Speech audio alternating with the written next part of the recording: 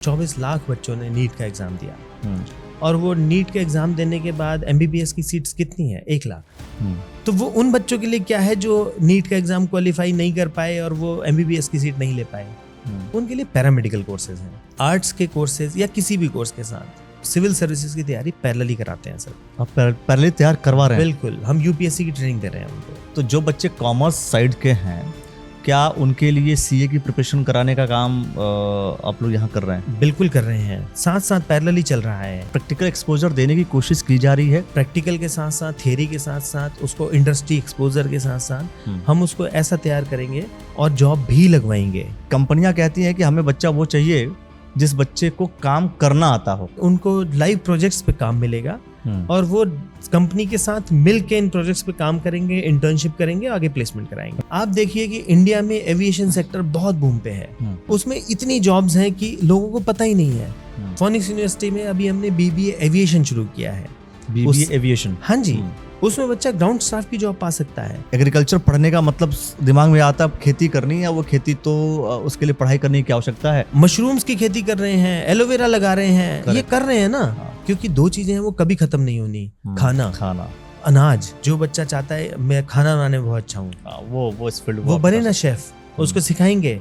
5 star hotels के साथ मिल के बच्चा यहाँ पर सीखेगा। इस यूनिवर्सिटी में सर टोटल कितने कोर्सेज आप लोग दे रहे हैं तकरीबन? सर मैं ऑप्शंस की बात करूँ तो लगभग 120 के आसपास कोर्स है। 120 कोर्स? हाँ जी। और जो बच्चा यहाँ 3 साल की डिग्री या 4 साल की ऑनर्स की डिग्री लेके जाएगा, वो 4 साल के बाद कहेगा कि हाँ, मैंने अगर फोनिक्स यूनिवर्सिटी चूज करी है तो मैंने ये बहुत अच्छा कदम उठाया। बच्चा आए फोनिक्स यूनिवर्सिटी में जी और मिले, हमारे काउंसलर से मिले, नहीं सेटिस्फाई होता है मुझसे मिले, मैं मिलने के लिए तैयार हूँ और बात करेंगे।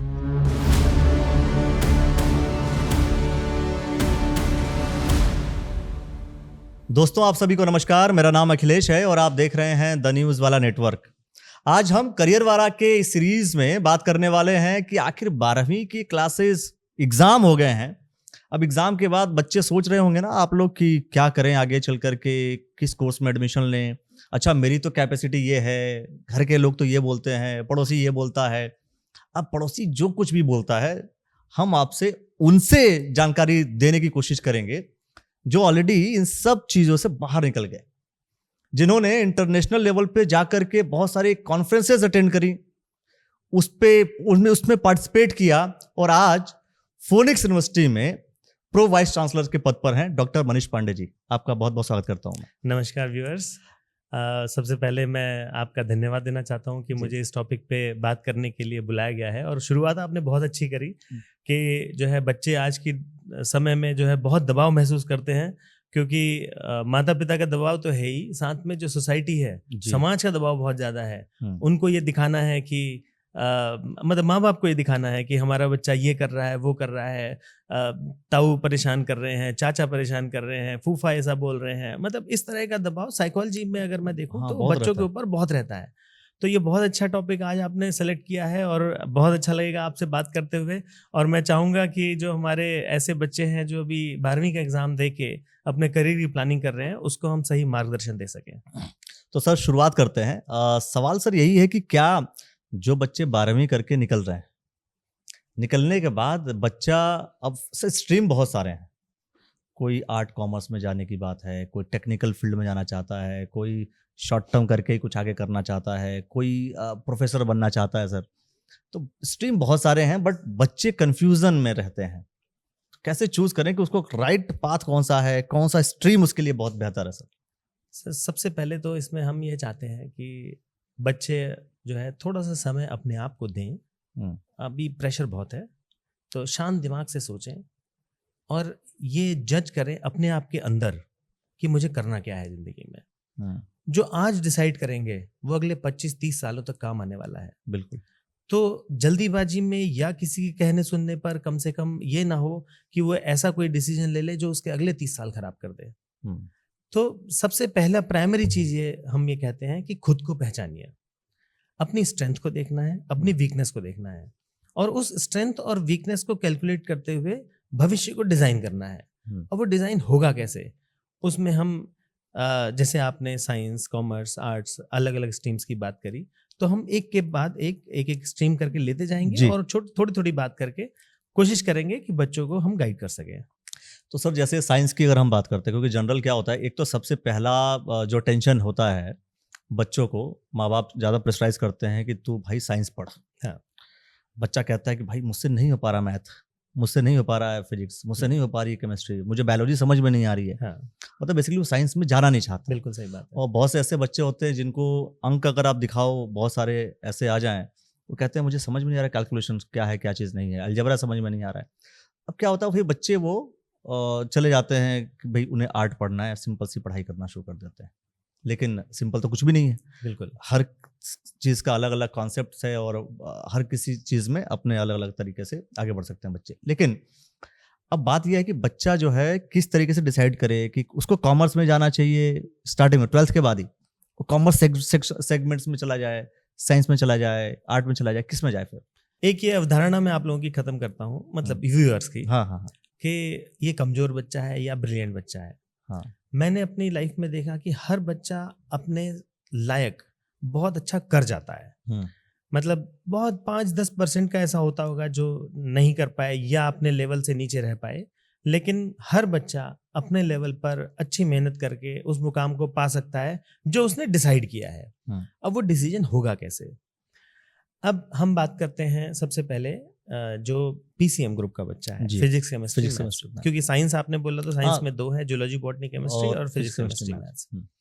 जो बच्चा है वो सीधे सोचता है इंजीनियरिंग करने की, तो इंजीनियरिंग करनी है लेकिन अच्छे इंस्टीट्यूशन से करनी है, और आप कौन सी ब्रांच सेलेक्ट कर रहे हैं वो बहुत इंपॉर्टेंट है। आज की डेट में artificial intelligence machine learning course है, हम अभी फोनिक्स यूनिवर्सिटी में अभी हमने लॉन्च करे हैं, उसमें साइबर सिक्योरिटी है और डेटा साइंसेस है।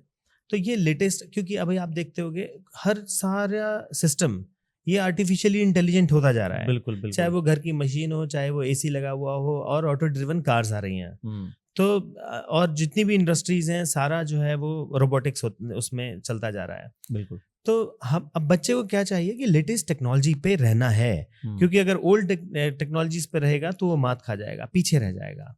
तो उसको सेलेक्ट क्या करना है कि वो कोर्स ऐसा सेलेक्ट करे जो लेटेस्ट टेक्नोलॉजी पे बेस्ड हो, और वो उसे सीखे, मेहनत से सीखे। मतलब ऐसा नहीं कि बस कर लेना है, नहीं, अच्छी यूनिवर्सिटी सेलेक्ट करनी है, अच्छी जगह से पढ़ना है, और वहां पर भी टॉप में रहना है, और उसको टॉप इंडस्ट्रीज को ऑप्ट करना है। तो अगर इस तरह से बच्चा जाएगा तो वो बहुत अच्छा रहेगा। अभी इलेक्ट्रॉनिक्स एंड कम्युनिकेशन की ब्रांच है जिसमें अभी IoT आ रहा है, उसमें भी आर्टिफिशियल इंटेलिजेंस आ रहा है। अभी हम 5G की बात कर रहे हैं, नेटवर्क स्टेब्लिशमेंट की बात कर रहे हैं, बहुत कुछ आगे होने वाला है।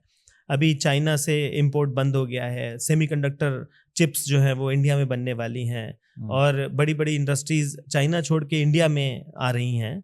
तो आगे सारी ब्रांचेस, चाहे ऑटोमोबाइल से लेकर electronics and communication, computer science, सारी ब्रांचेस जो है बहुत अच्छा करने वाली हैं। साथ साथ इलेक्ट्रिकल इंजीनियरिंग में अब सोलर पे हम बहुत बातें कर रहे हैं, हम जो है विंड पावर पे बातें कर रहे हैं, हम हाइड्रो पावर पे बातें कर रहे हैं।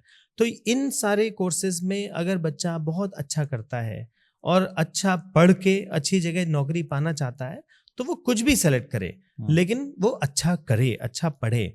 अभी हमने फोनिक्स यूनिवर्सिटी में अभी हम साइबर सिक्योरिटी पे बात कर रहे हैं, अभी हम आर्टिफिशियल इंटेलिजेंस पे बात कर रहे हैं, हमने अभी IoT शुरू किया है यहाँ पर, और ड्रोन टेक्नोलॉजी की बात कर रहे हैं। तो ये सारे कोर्सेज जो है बच्चे को इंजीनियरिंग में मिलेंगे करने के लिए।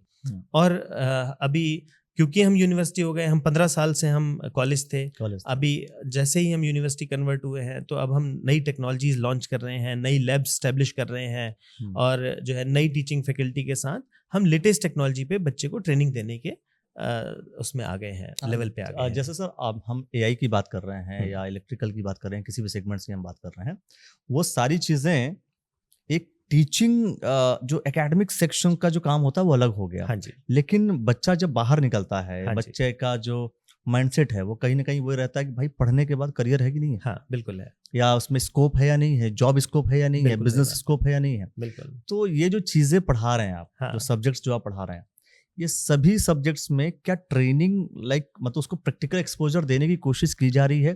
क्योंकि यूनिवर्सिटी सेटअप्स का बहुत ज़्यादा इशू है, जो बच्चे बोलते हैं अक्सर, और ये सोशल मीडिया पे भी चीज़ें मूव ऑन हो रही होती हैं, फ्लड हो रहा होता है, कि कंपनियां कहती हैं कि हमें बच्चा वो चाहिए जिस बच्चे को काम करना आता हो। बिल्कुल सही बात है। अब जो बच्चा पढ़ के निकलता है उसको काम करना आता नहीं। हाँ, ये बहुत अच्छा आपने सवाल किया है जी।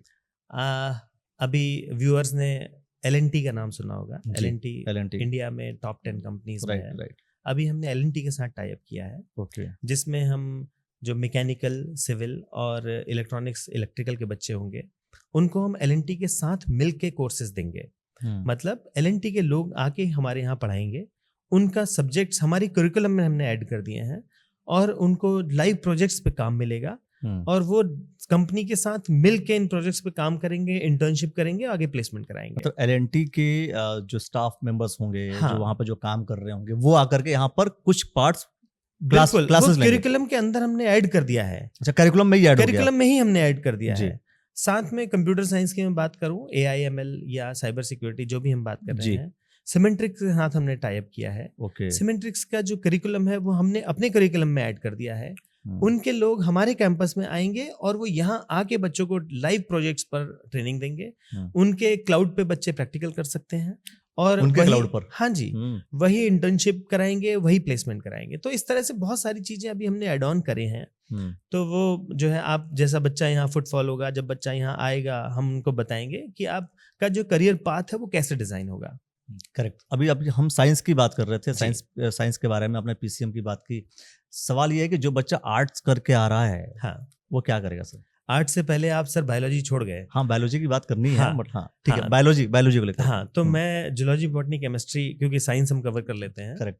तो अभी आपने देखा होगा लास्ट ईयर की अगर मैं बात करूं तो 24 लाख बच्चों ने नीट का एग्जाम दिया और वो नीट का एग्जाम देने के बाद MBBS की सीट्स कितनी है? 1 लाख।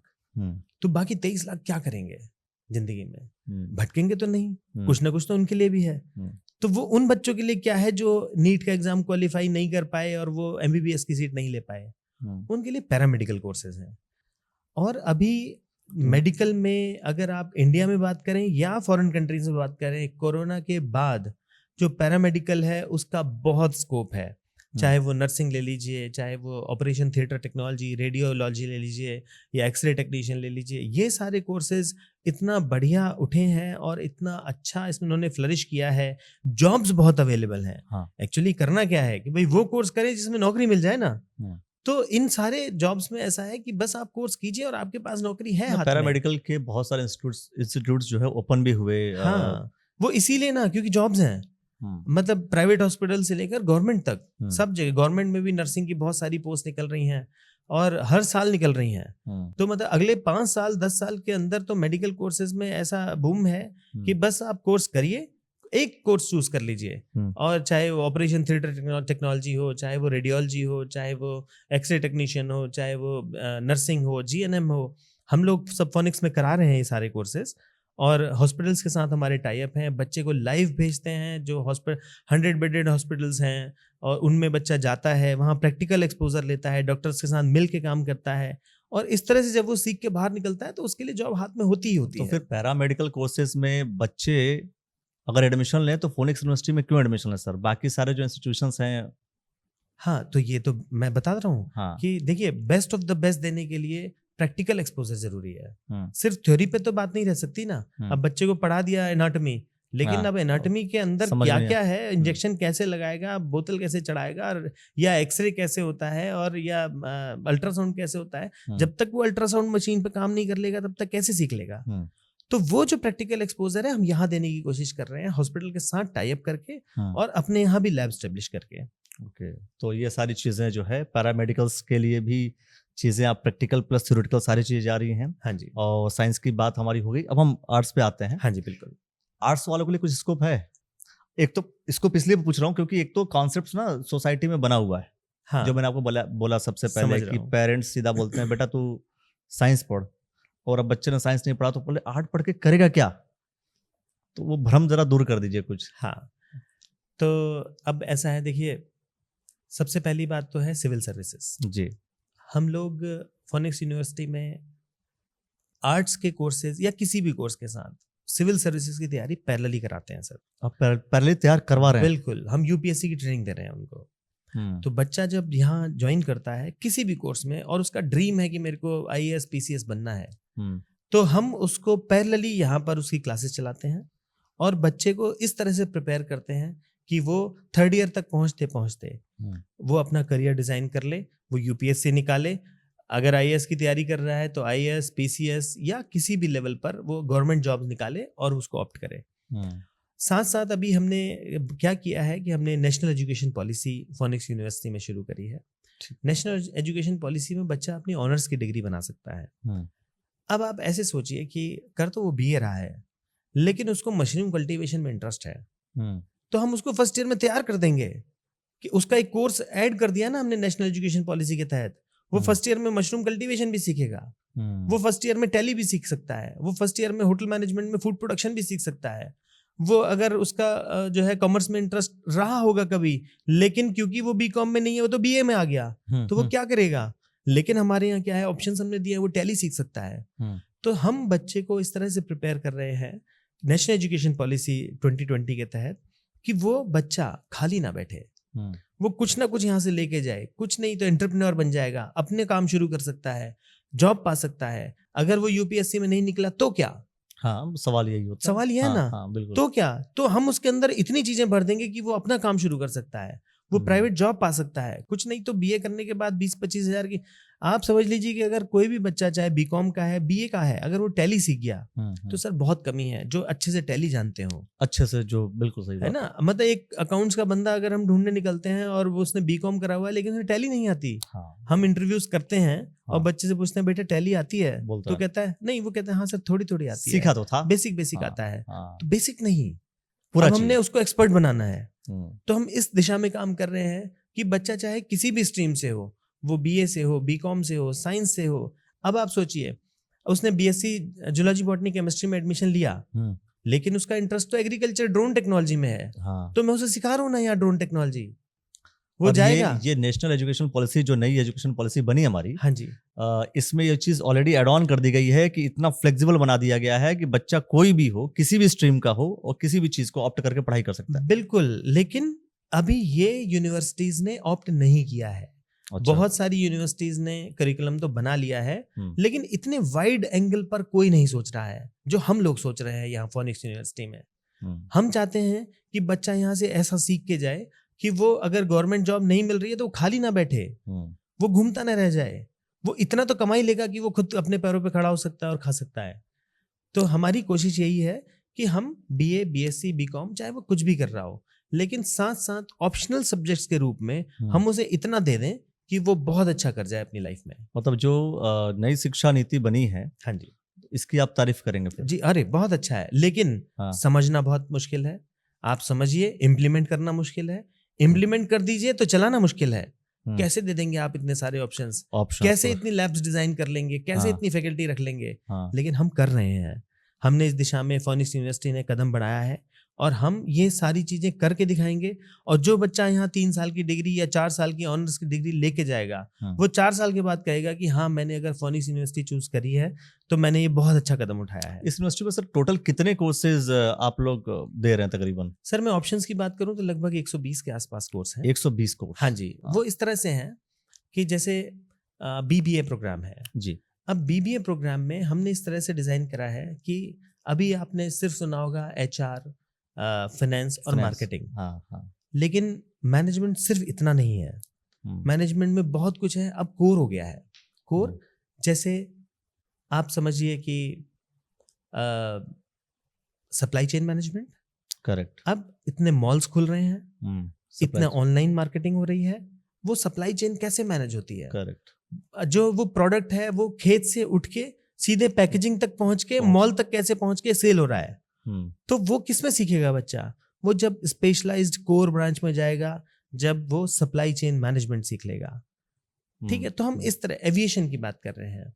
अब आप देखिए कि इंडिया में एविएशन सेक्टर बहुत बूम पे है, बहुत नए नए एयरपोर्ट्स आ रहे हैं, नई एयरलाइंस आ रही हैं, उसमें इतनी जॉब्स हैं कि लोगों को पता ही नहीं है।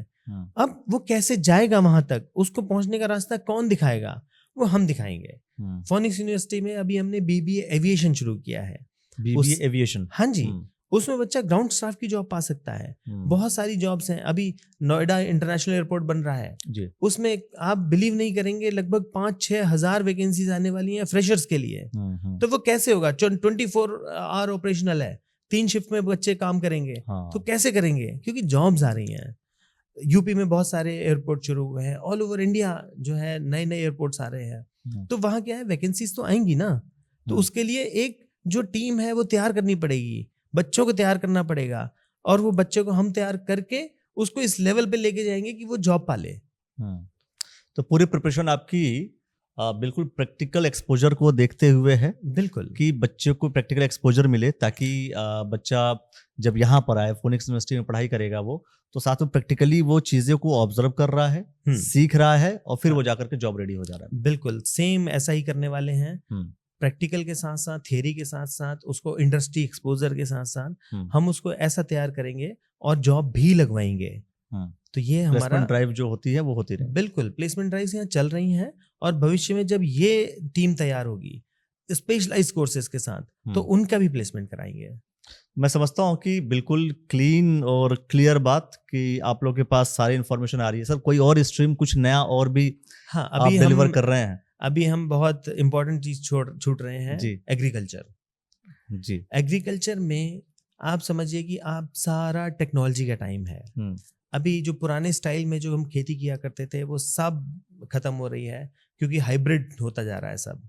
हाइब्रिड के साथ साथ हम एआई और ड्रोन की बातें कर रहे हैं। करेक्ट। एआई मतलब जमीन में पानी देने के लिए किसान क्यों जाएगा, उसको मशीन्स बताएंगी, उसको ये बताएगी, जो है आर्टिफिशियल इंटेलिजेंट मशीन है, वो बताएगी कि भाई अब जो है नमी खत्म हो गई है, अब पानी डालने की जरूरत है। ऑटोमेटिकली एक सिस्टम वहां पर लगा हुआ है जो कि ऑन हो जाएगा, और जो स्प्रिंकलर्स हैं वो पूरे खेत में पानी डाल देंगे, और जब उतना नमी हो जाएगी वो जो है ऑटो ऑफ हो जाएगा।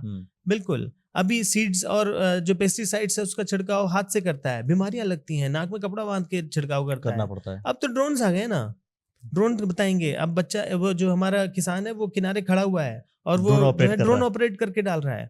तो ये सारी टेक्नोलॉजीज पे हम बात कर रहे हैं। एग्रीकल्चर की हम बात करें तो क्या एग्रीकल्चर में सच मतलब बच्चे एडमिशन ले रहे हैं? क्योंकि जिस तरीके से बहुत समय से मैं देख रहा हूँ कि एग्रीकल्चर को लेकर के स्टूडेंट्स बहुत ज़्यादा इंटरेस्ट नहीं शो करते, क्योंकि एग्रीकल्चर पढ़ने का मतलब दिमाग में आता है खेती करनी है, वो खेती तो उसके लिए पढ़ाई करने की आवश्यकता है, कोई भी कभी भी आराम से कर सकता है। मतलब जो थॉट है, जो प्री बिल्ड है, हाँ, ये मिथक है। हाँ, ये मिथक इसलिए आपने बहुत सारे एग्जांपल्स ऐसे देखे होंगे, हमारे पहाड़ में भी बहुत सारे एग्जांपल्स हैं कि जो कहीं जॉब किया करते थे, इतने करोड़ का पैकेज था, इतने लाख का छोड़ करके आ गए, छोड़ करके आए, और वो मोटा अनाज उगा रहे हैं और वो बहुत अच्छा कर रहे हैं, कमा रहे हैं, हाँ, बढ़िया कर रहे हैं। हाँ, मशरूम्स की खेती कर रहे हैं, एलोवेरा लगा रहे हैं, ये कर रहे हैं ना, क्योंकि उन्होंने टेक्नोलॉजी को समझा, वो वक्त के साथ चले।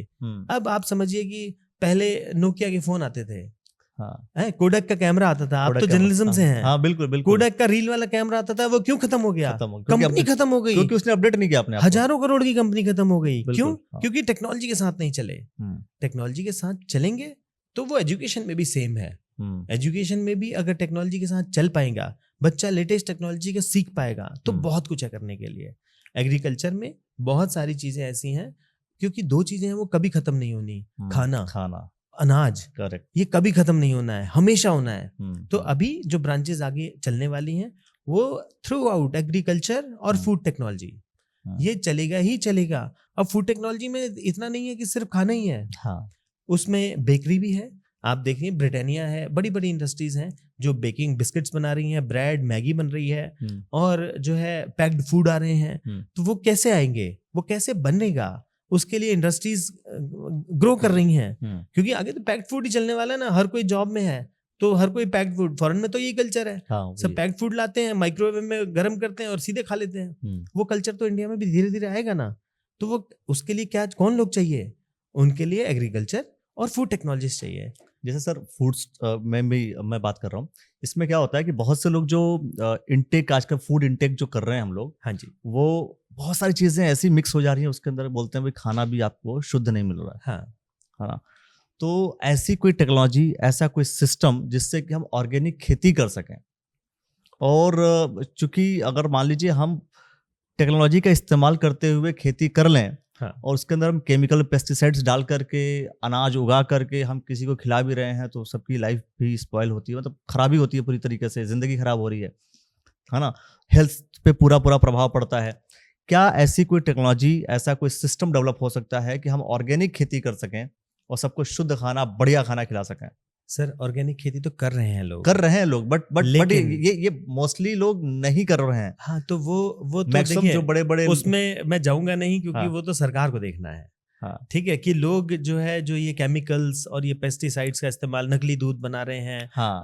आप देखते हो लौकी में इंजेक्शन लगा दे रहे इंजेक्शन हैं, लगा दे तरबूज रहे में हैं, इंजेक्शन कहीं लगा भी रहे कुछ भी हैं। हो रहा है। इसका तो सर कुछ नहीं हो सकता। वो जो इसके लिए अंतरात्मा है, दिमाग ठीक करना नहीं, पड़ेगा। अंतरात्मा को ठीक करना पड़ेगा। हम्म। अगर वो लोगों की अंतरात्मा ठीक नहीं हो रही है तो सरकार को नियम बनाने पड़ेंगे। हम्म। तो हम करियर की बात कर रहे हैं, तो इस पॉइंट पे डिस्कशन नहीं करें, तो ये बहुत लंबी बात चली मुझे जाएगी। लगा कि शायद ऐसी कोई टेक्नोलॉजी होगी, भाई ऐसे कर लो, जरूरी नहीं कि पेस्टिसाइड डालना ही नहीं, वो पड़े। तो है। देखिए, टेक्नोलॉजी के साथ जो हम हाइब्रिड खेती, ऑर्गेनिक खेती की काम बात करते हैं, कर रहे हैं, हाँ। वो बहुत अच्छा है। हम्म। मतलब, और जो ऑर्गेनिक जो सब्जियां हैं या ऑर्गेनिक जो दालें हैं, ये चीजें हैं, ये सब बहुत महंगी बिकती हैं। हाँ, बहुत आप महंगे अमेज़न पे जाइए, बिल्कुल, अमेज़न बिल्कुल, पे अगर आप बद्री गाय का घी देखने लगेंगे हाँ, तो हाँ। वो 5000 किलो भी है। हाँ, A2 काऊ आप हाँ, बहुत ज्यादा। A2 काऊ मिल्क हम्म। है, तो वो ठीक है। लोगों ने अपने आप को ऐसे डेवलप किया है कि वो ऑर्गेनिक चीजें बेच सकें। वो ऑर्गेनिक सर्टिफिकेट लेते हैं, ऑर्गेनिक खेती करते हैं, ऑर्गेनिक घी बनाते हैं, वो ऑर्गेनिक काम कर रहे हैं। तो मैं तो यही अपील करूंगा लोगों से कि ये जितना भी जो केमिकल बेस्ड सब काम कर रहे हैं, बहुत मतलब छोटे कमाई के लिए, उन चीजों को छोड़ के अपने आप को ठीक करें और धीरे धीरे टेक्नोलॉजी ड्रिवन होएं और ऑर्गेनिक या हाइब्रिड की तरफ जाएं और वो अच्छा काम करें। इसके अलावा सर और क्या क्या एडिशनल में, जैसे एग्रीकल्चर की आपने बात की, क्योंकि जरूरी नहीं कि हर एक स्ट्रीम के बारे में मुझे नॉलेज हो। हाँ जी। तो और क्या आप लोग ऑफर कर रहे हैं स्टूडेंट्स को? देखिए, अभी किस स्ट्रीम में? अब मैं बात करूंगा जो हम अभी छूट गया है, कॉमर्स स्ट्रीम। कॉमर्स में बच्चों के पास, जैसे किसी ने 10+2 विद कॉमर्स किया, अब क्या आगे क्या करेगा?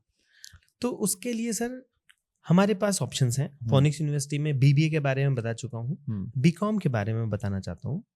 बीकॉम हमारे पास स्पेशलाइज्ड है, मतलब पहले तो बीकॉम नॉर्मल 3 साल का बीकॉम कर लिया, बस हो गया। हाँ। अब यहाँ पर नहीं है ऐसा। यहाँ पर भी हम उसको पर्टिकुलरली 3 स्पेशलाइजेशंस में हम करा रहे हैं। उसको हम टैक्सेशन में बीकॉम करा रहे हैं, उसको फाइनेंस में बीकॉम करा रहे हैं, उसको बैंकिंग एंड इंश्योरेंस में करा रहे हैं। मतलब हम बच्चे को ये कह रहे हैं कि 12वीं के बाद ही अपने आप को तैयार करो, शुरू कर दो। वो जो थॉट है वो आपका 12वीं के तुरंत बाद डिसाइड होना चाहिए कि मेरे को अगले 30 साल क्या करना है। करेक्ट। अगर उसको टैक्सेशन में जाना है तो वो टैक्सेशन में स्पेशलाइजेशन करे, सीए के साथ मिलकर काम करे, बहुत स्कोप है। क्योंकि अब तो जीएसटी है, तो जीएसटी के लिए लोगों की कमी है जो जीएसटी जानते ही नहीं है, वो हम सिखाएंगे ना यहाँ पर। अभी बैंकिंग एंड इंश्योरेंस में बहुत जॉब्स हैं, वो बच्चा सीखे, लेकिन उसको ये सोचना है कि हाँ मेरे को बीकॉम करना है, बैंकिंग एंड इंश्योरेंस स्पेशलाइजेशन 4 साल की ऑनर्स डिग्री, वो एनईपी में लिखा हुआ है। तो नेशनल एजुकेशन पॉलिसी के तहत स्पेशलाइजेशन ऑनर्स डिग्री करा रहे हैं और वो बच्चे का फील्ड ऐसा बना के दे रहे हैं कि वो आगे अपना करियर चूज करके, करियर डिजाइन करके अगले 30 साल 40 साल के लिए वो अपना चूज कर सकता है कि उसको किस स्ट्रीम में जाना है। जैसे आप आर्ट साइड की बात कर रहे थे, नॉर्मल बीए की हम बात कर रहे थे, तो आपने बोला कि बच्चों को हम आईएएस की प्रिपरेशन भी करा रहे हैं, बिल्कुल सिविल सर्विसेज की प्रिपरेशन करा रहे हैं। हाँ जी।